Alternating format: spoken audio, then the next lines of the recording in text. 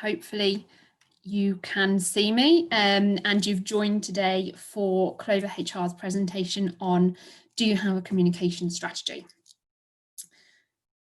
So as we have hit 11 o'clock, I'm going to start. So I will go through the slides with you on here.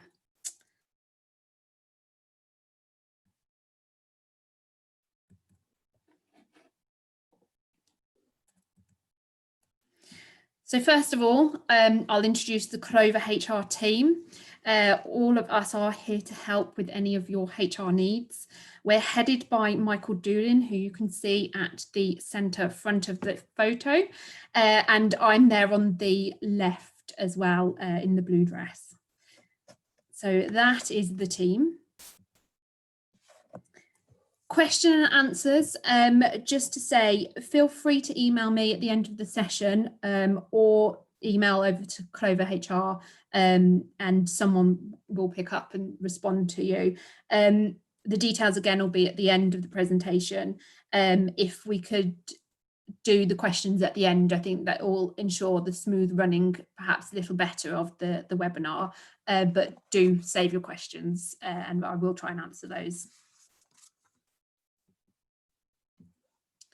So the contents of today, just to go over and give you an idea of what we'll be covering.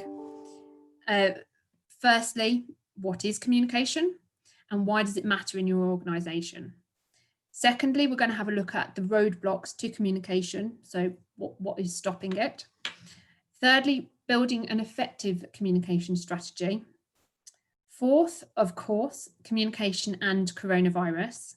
And number 5, how we can support you here at Clover HR. Now, this is one in a series of webinars that we have been doing. I'm sure if you're on our mailing list, you'll have been sent details of any others. And just to let you know, at the end of the session, it will hopefully automatically ask you for some feedback to do a quick survey. So if you have the time to complete that, we'd obviously be very grateful. So let's start with the definition of communication. This is the dictionary definition, which is organisational communication is the way in which an organisation gives employees information about its aims and what it is doing. We can see from that information needs to be shared with employees. Sharing the aims of the organisation and what it is doing or indeed intends to do is this communication.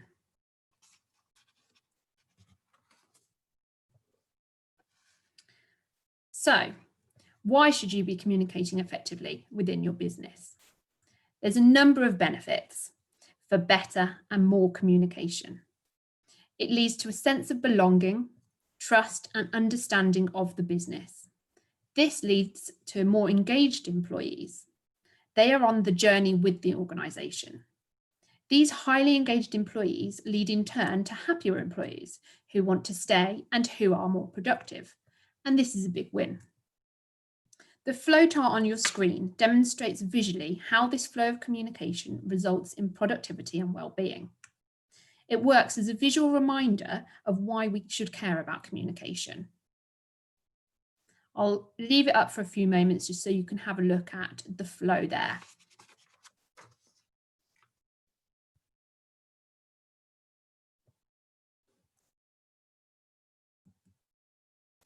So we've looked at why we communicate, but there are going to be roadblocks.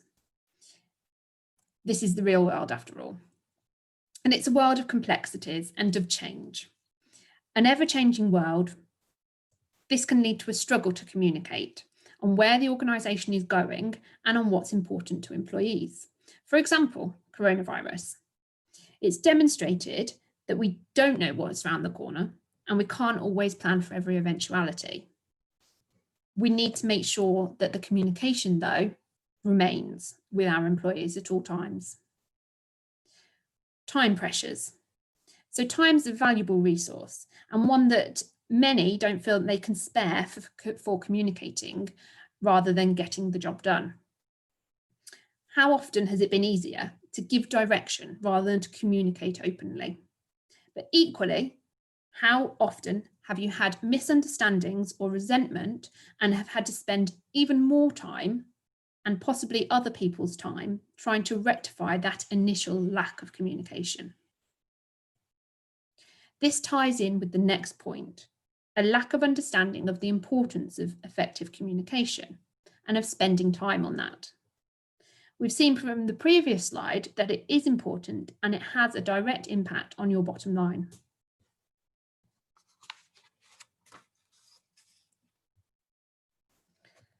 So we move on to building an effective communication strategy. We've seen the importance, and to ensure that we are dealing with it correctly, we need a strategy. I want to spend some time looking at what an effective strategy looks like. This isn't just talking at the higher levels of management, but a strategy for day-to-day communication between managers and the workforce.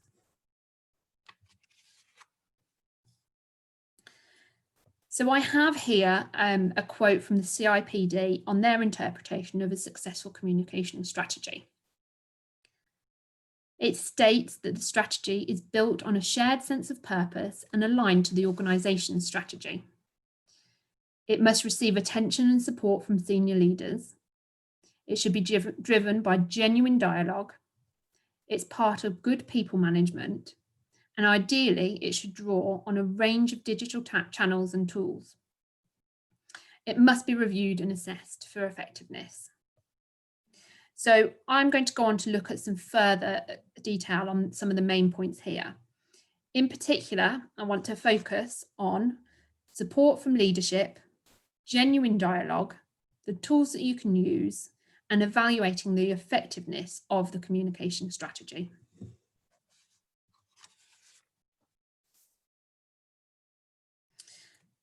So, senior leaders and people managers. I'm talking here not only about senior leadership, but just as importantly, that the communication is continued down the hierarchy by all people managers. Senior managers set the tone for role modelling good communication. They're in the position to make decisions and decide how to communicate. People managers need to understand the importance of this communication and of listening. They need the right skills and to be willing to listen and communicate with staff. If you're feeling that this is an area of weakness for your people managers, Clover HR has training strategies that can upskill on open communication. There needs to be dialogue, not just from the top down, but to ensure feedback opportunities. One-way communication is not open communication. It needs to be collaborative and not directive.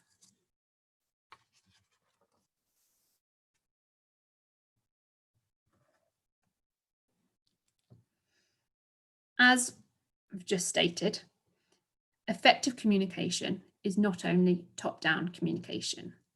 Two-way and responsive communication is vital. Two-way communication creates genuine dialogue, but only if you're prepared to listen and act on what is being said. This can't just be a tick box exercise. Done correctly, it will ensure employees feel valued, listened to, and part of the team. Some ideas on how to build two-way communications include requesting formal feedback, such as through an employee survey. These can target an area that your business wants to understand staff's views on, or it can be more general. When anonymised, it can also give a very genuine insight into issues that employees see. More informal feedback can be encouraged through one-to-ones, team meetings, and toolbox talks. The key is to provide opportunities for the feedback. Even the basics of regular calls and meetings for 5 minutes at the start of a shift can add to this.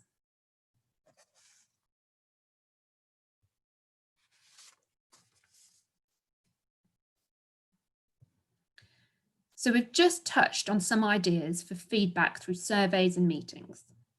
Let's look now at how the business informs. How do you tell your staff the message that you're trying to get across?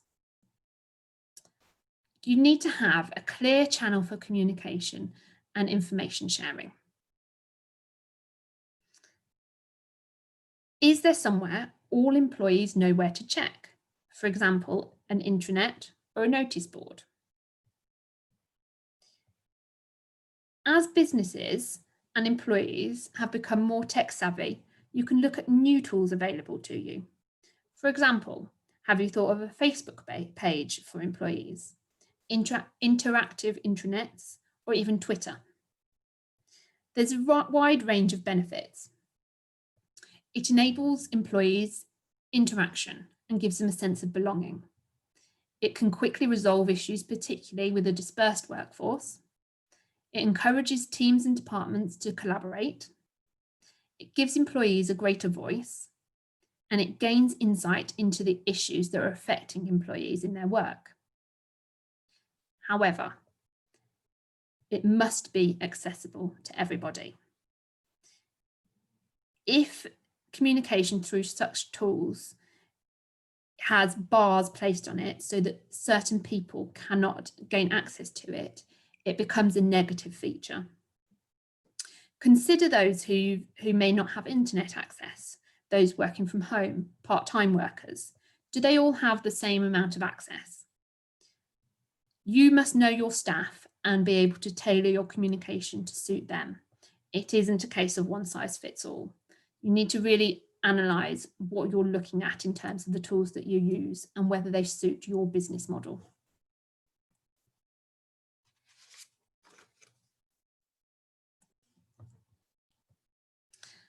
And finally, I want to look at evaluating how well your strategy has worked. How do you know that the communication strategy is working? You can only know by evaluating what you're doing and what you have done. Some suggestions for how to evaluate your communication are looking at the overall culture of communication with the organisation. Employee surveys can explore questions around this to understand how important employees see it. Its success against specific objectives. For example, raising awareness of a specific initiative that's being rolled out. Has the initiative been picked up and has it been successful in its aims? There is no point investing in a communication strategy if you cannot understand whether it works. Whilst it is the final point in the strategy, it must be one of the first points to be decided upon when looking at your strategy.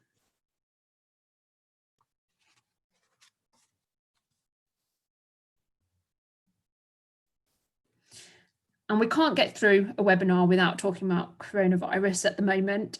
So we have a specific slide on this. Coronavirus has had a massive impact on many aspects of business, and it really has changed the way we can communicate with employees as well as with customers and suppliers. Some ideas, it's not likely to go away soon. So now is the perfect time to look at some ideas of what you can do, review things. How can you work better and smarter with what is now the new normal? You need to ensure that you're transparent and clear on how you've been responding to the pandemic. The uncertainty of home working makes communication both more difficult and more important than ever, particularly if you have some people who are back within the office and some people who are still working from home. You need to ensure that you still have a cohesive workforce. People coming into the office may be nervous. They may want to know what measures are being taken to protect them. For example, social distancing, the availability of hand gels, etc. It's important that you make sure that people can access this information with ease. This will ensure that you're being transparent and people will feel more comfortable and confident that you are on track with all the precautions that you're taking. Where you can, and if you have it, advertise support such as employee assistance programs. Make it easy for the employees to access that support and information. Or even if it's just a case of a number that they can call or reassuring them that they can speak to a manager whenever they wish. I've had an example where with a client, we've worked to go back to basics. We've put in place a weekly communication email with all staff just to update them on the business response to the pandemic. This has included some weeks where it is just a thank you for continuing to work effectively and as a team.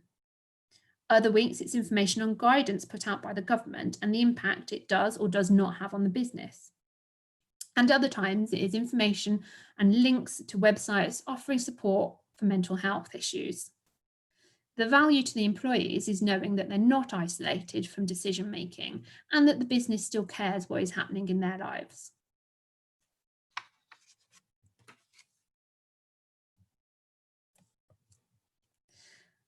So I want to conclude with this question. Do you have an effective communication strategy?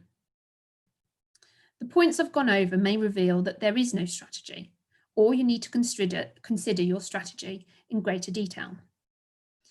And for this, Clover is obviously here to help. There's a lot that can be done with communication. At Clover, we will work in partnership with you to develop a reliant and sustainable communication strategy.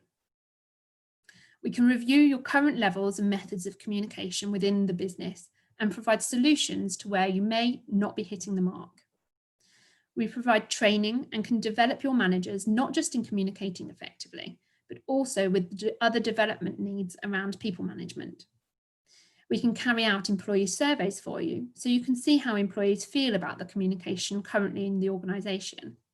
And we can then put strategies in place to improve the effectiveness of this communication and evaluate the impact.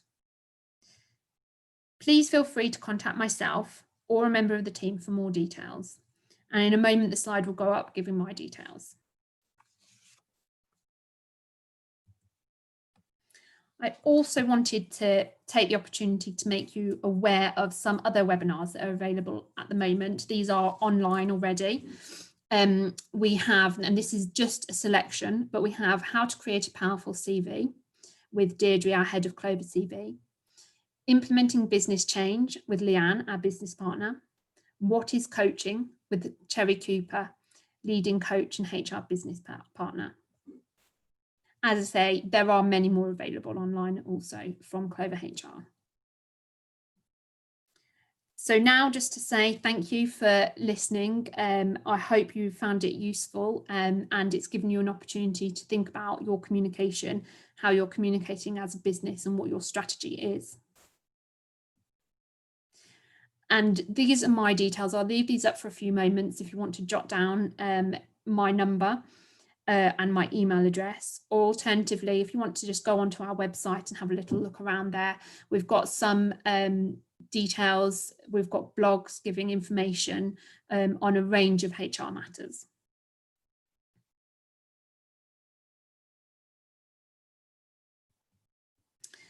And these are just some details of Clover HR. Again, these will all be on the website if you want to have a look on there.